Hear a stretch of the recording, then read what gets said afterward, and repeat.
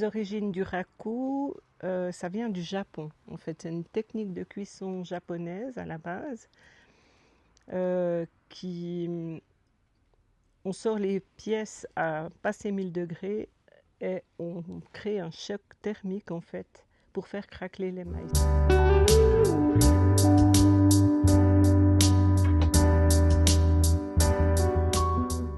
Pour l'opérateur feu, c'est déjà de bien disposer les pièces avant la cuisson pour pouvoir les prendre avec la pince sans toucher les autres à côté.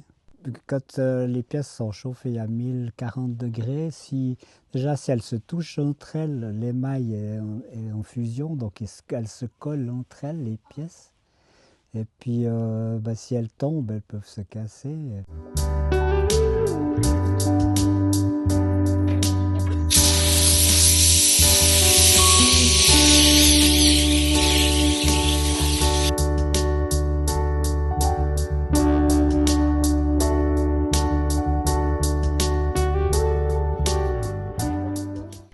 L'enfumage vient des États-Unis.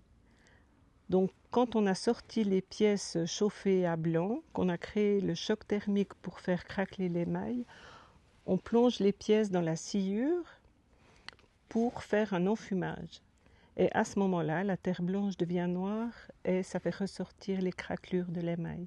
C'est des pièces assez recherchées où on peut jouer aussi avec des oxydes comme l'oxyde de cuivre pour obtenir des variations de couleurs très différentes. Et puis l'enfumage vraiment finalise la beauté de la pièce. C'est des pièces assez recherchées.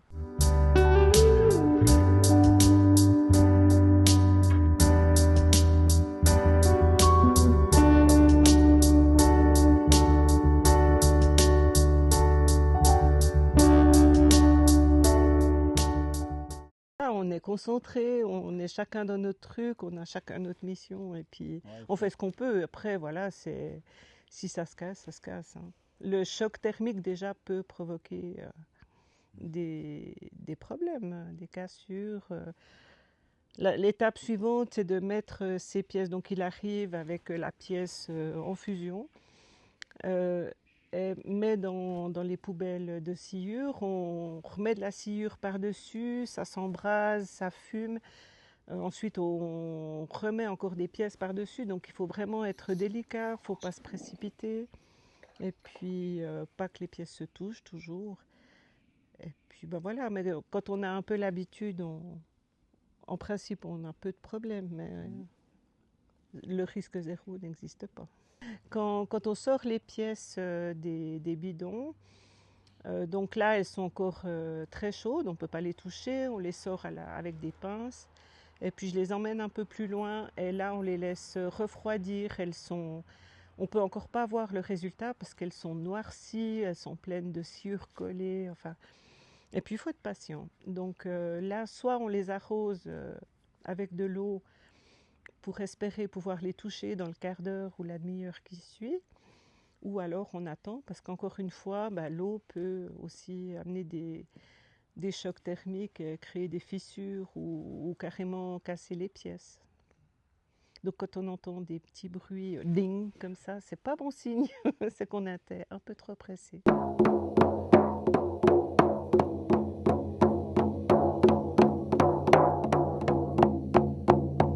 C'est des pièces que je ne sais pas si je vais mettre dans ma petite cabane qui est au bord de la route.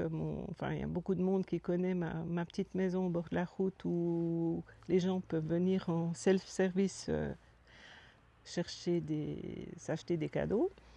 Parce que c'est des pièces qu'on trouve plutôt en galerie.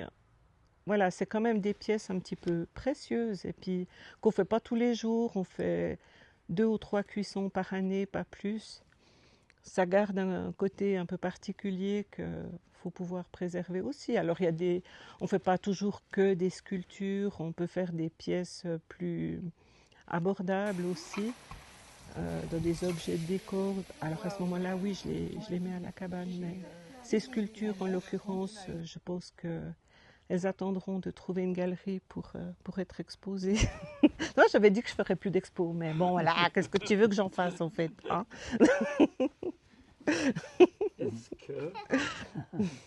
Une fois que les pièces sont refroidies, c'est là qu'on va pouvoir voir le résultat. Il faut les laver, les frotter. Alors là, c'est une étape. Heureusement que c'est pour atteindre le résultat final, parce que c'est pas l'étape la plus agréable. Mais vraiment, c'est là qu'en grattant, en frottant, on arrive à voir tout d'un coup les couleurs, les craquelures, et puis c'est là qu'on est content, ou bien on est déçu. Mais il y a toujours un petit moment où on ne sait pas encore si on est content des fois. Sur certaines pièces où on avait beaucoup d'attentes, alors des fois il faut attendre un petit peu le lendemain et puis avoir l'esprit un peu plus clair pour les regarder avec un œil différent, quoi. En dehors de l'excitation du moment. Et puis c'est vrai que c'est pas facile c'est un travail qui se passe sur plusieurs semaines, voire plusieurs mois. Quand on crée ces sculptures, on groupe tout, on fait en un week-end, et puis des fois, les plus belles pièces sont décevantes ou bien cassées. Donc, mais bon, on s'habitue, c'est comme ça, c'est le métier qui veut ça, c'est pas grave. On a plus de satisfaction que de déception.